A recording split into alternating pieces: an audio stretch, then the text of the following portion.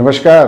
आज बहुत ही पावन अवसर है कि हमारे बीच ब्रह्मचारी और बरसों से देवी की साधना में रत आचार्य अनित मिश्रा जी हमारे बीच उपलब्ध हैं और वो देवी साधना या मंत्रों के उपयोग के बारे में अपनी भावना या अपनी राय आपके समक्ष रखेंगे।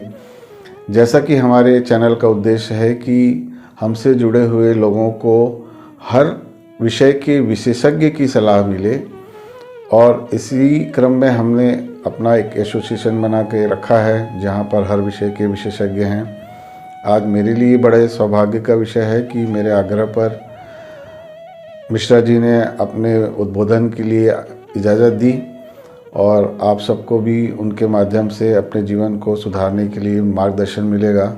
मैं मिश्रा जी से आग्रह करूंगा कि वो अपने विषय में थोड़ी सी जानकारी लोगों को दें ताकि वो अपने जीवन को और बेहतर कर सकें। मैं पंडित अनित मिश्रा लगभग 30 वर्षों से शक्ति की उपासना में रत हूँ।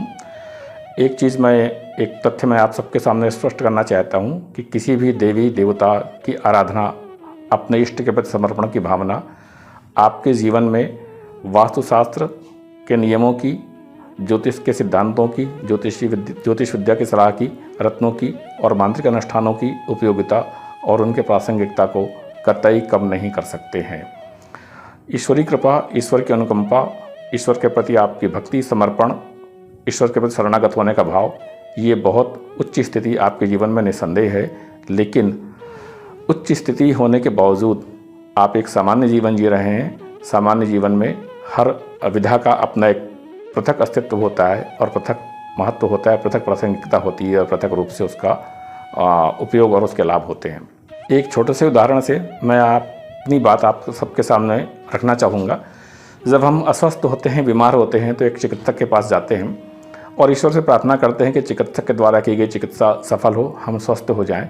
हम सांसारिक व्यक्ति हैं, हमारी साधना, हमारी आराधना, हमारे समर्पण में वो शक्ति कतई नहीं हो सकती कि हम केवल ईश्वर के शरणागत होकर के ही अपना स्वास्थ्य ठीक कर लें।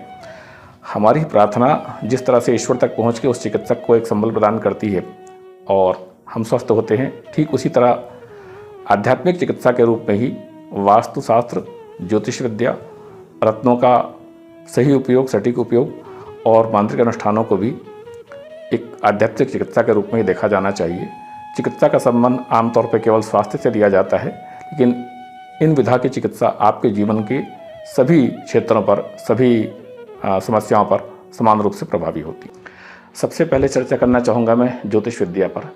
आमतौर पर कई लोगों को मैंने ये कहते हुए सुना कि मैं अमुक देवी, अमुक देवता या अपने कुल देवी, कुल देवता की शरण में हूँ, उनकी आराधना, उपासना, उनका चिंतन, मनन, ध्यान, आराधन अपनी क्षमता के अनुसार अधिकतम करने का प्रयास करता हूँ और ईश्वर की मुझ पर कृपा भी है, ऐसा मुझे प्रतीत होता है।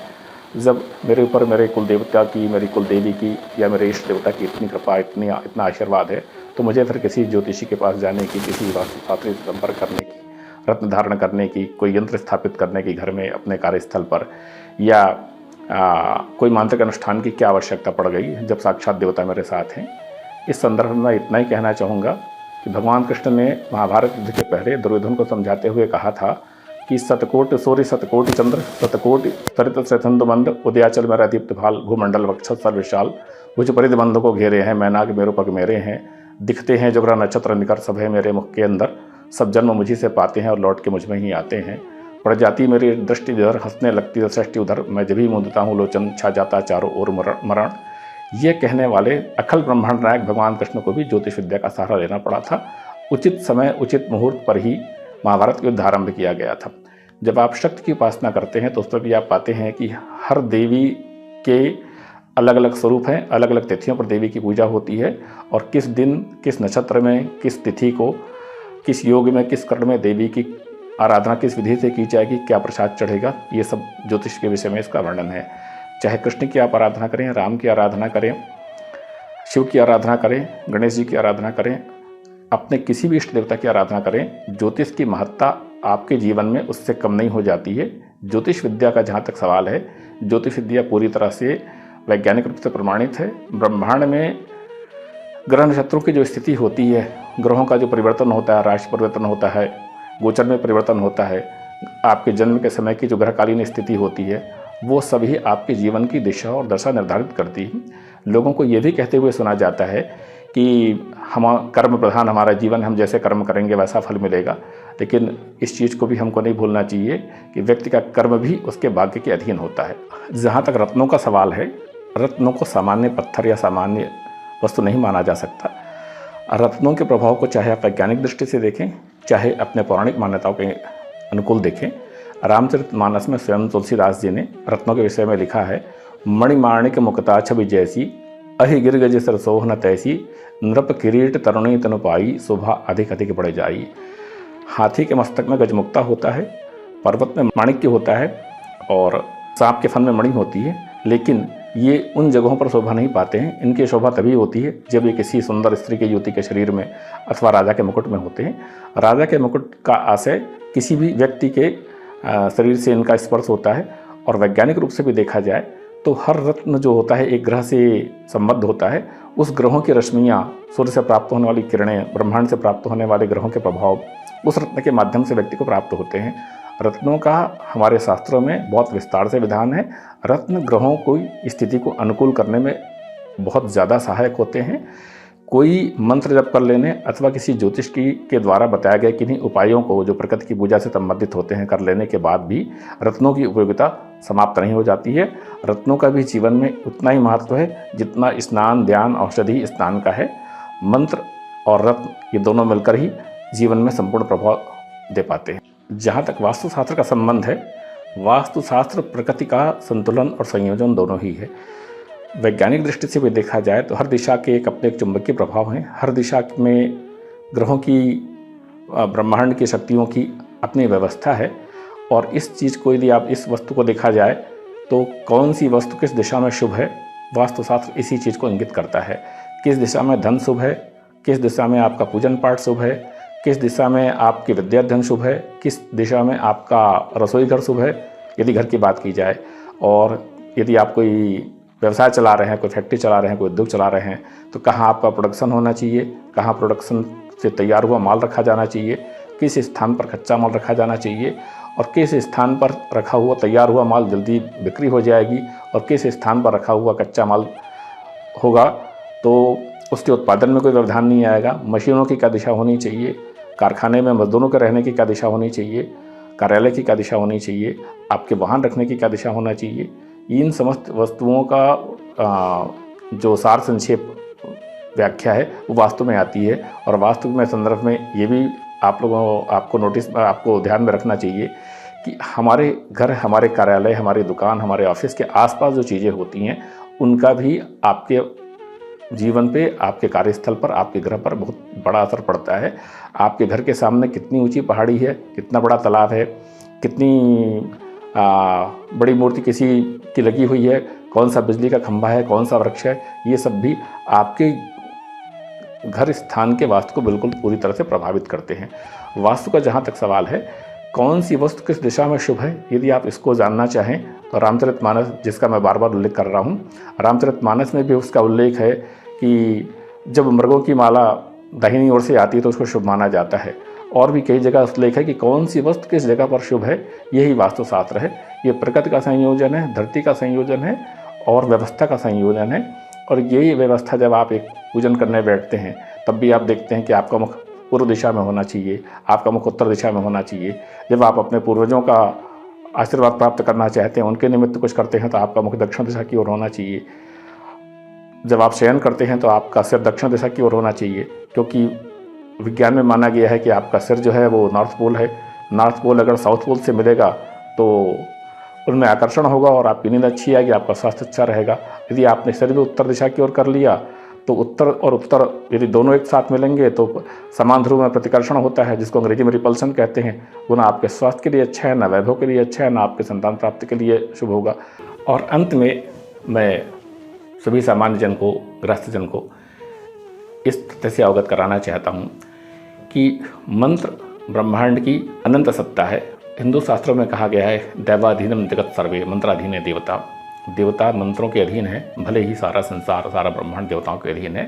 मंत्रों की शक्ति और मंत्रों का प्रभाव अनंत है इसकी व्याख्या की ही नहीं जा सकती, लेकिन यह तथ्य भी उल्लेखनीय है कि मंत्रों का प्रभाव तभी सकारात्मक होता है जब उनका सही विधि, सही ढंग, सही व्यक्ति के द्वारा संधान किया जाता है। बहुत सारे मंत्र हमारे शास्त्रों में ऐसे हैं जिनको किन्हीं विशेष कारणों से कीलित कर दिया गया है। कई जगह ऐसा उल्लेख मिलता है कि कई मंत्रों को भगवान शंकर ने स्वयं कीलित किया है। जब तक उसके उत्कीलन की विधि का संपूर्ण ज्ञान न हो, योग्य गुरु से दीक्षा प्राप्त न की गई हो, योग्य व्यक्ति के द्वारा उसके जप का विधान प्राप्त न किया गया हो, तब तक मनमाने ढंग से किसी भी मंत्र का जप करना लाभ की बजाय हानि भी पहुंचा सकता है। आम जनमानस में एक शब्द बार बार सुनने में आता है कि भाई ये मंत्र तो बहुत पावरफुल है, ये मंत्र तो बहुत पावरफुल है। मैं ऐसी सभी धारणाओं के विषय में एक शब्द स्पष्ट करना चाहूँगा, हर मंत्र पावरफुल होता है, शर्त इतनी है कि उसका संधान कितने उचित व्यक्ति के द्वारा, कितने उचित ढंग से और कितने उचित माध्यम से किया जा रहा है। गृहस्थ लोगों को इस चीज़ का विशेष ध्यान रखना चाहिए कि मनमाने ढंग से कोई भी मंत्र कहीं भी किताब में पढ़ लिया, कहीं भी देख लिया, किसी के मुख से सुन लिया और ये मान लिया कि भाई इस मंत्र से लक्ष्मी की प्राप्ति हो जाएगी, इस मंत्र से स्वास्थ्य ठीक हो जाएगा, इस मंत्र से बेटे की शादी लग जाएगी, इस मंत्र से बेटे की नौकरी लग जाएगी, इस मंत्र से बच्चा पढ़ने में अच्छा हो जाएगा, सुबह हम एक मंत्र जपेंगे, दोपहर में दूसरा जपेंगे, शाम को तीसरा जपेंगे, रात को चौथा जपेंगे, फिर एक दिन विशेष मंत्र का जप करेंगे। ये बिल्कुल भी ना तो लाभकारक है और ना ही उचित है। कई बार ये स्पष्ट रूप से समाज में देखा गया, प्रत्यक्ष रूप से समाज में देखा गया है कि मंत्रों का विधिहीन ढंग से किया गया प्रयोग लाभ की बजाय हानि पहुंचाता है। मंत्र एक प्रकार से दुधारी तलवार है। जिस तरह से तलवार का उपयोग किस ढंग से आप करते हैं उस तरीके से ही आपको परिणाम प्राप्त होता है। उसी तरह मंत्र भी जो है बिना विधि के, मंत्र अपने आप में एक विधि को लेकर ही चलता है। मंत्र जब विधि, योग्य पुरुष और नियमों के अनुसार उसका प्रयोग और संधान किया जाता है, तभी वो आपके लिए कल्याणकारक होता है। एक सामान्य गृहस्थ व्यक्ति के लिए उसके गुरु के द्वारा दिया गया मंत्र अथवा जो उसका इष्ट देवता का उसका प्रिय मंत्र हो, वही उसके जीवन के लिए कल्याणकारक है।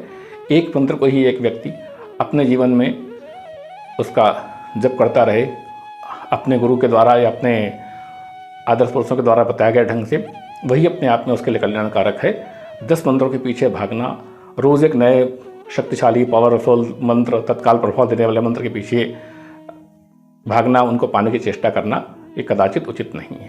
तंत्र विद्या, शक्ति की उपासना, देवी आराधना, ज्योतिष और वास्तुशास्त्र ये अपना महत्व अपने जीवन में, व्यक्ति के जीवन में पृथक पृथक रूप से रखते हैं। आम जनमानस में ऐसी भावना है कि ईश्वर की आराधना, ज्योतिष, तंत्र विद्या और वास्तुशास्त्र ये कोई ऐसा विषय नहीं है, ऐसे कार्य नहीं है, ऐसा प्रयास नहीं है जिसको एकमात्र परब्रह्म की आराधना से प्राप्त न किया जा सके। और ये जो विचार हैं, ये आम जनमानस की अज्ञानता का ही सूचक है, वास्तविकता इससे भिन्न है।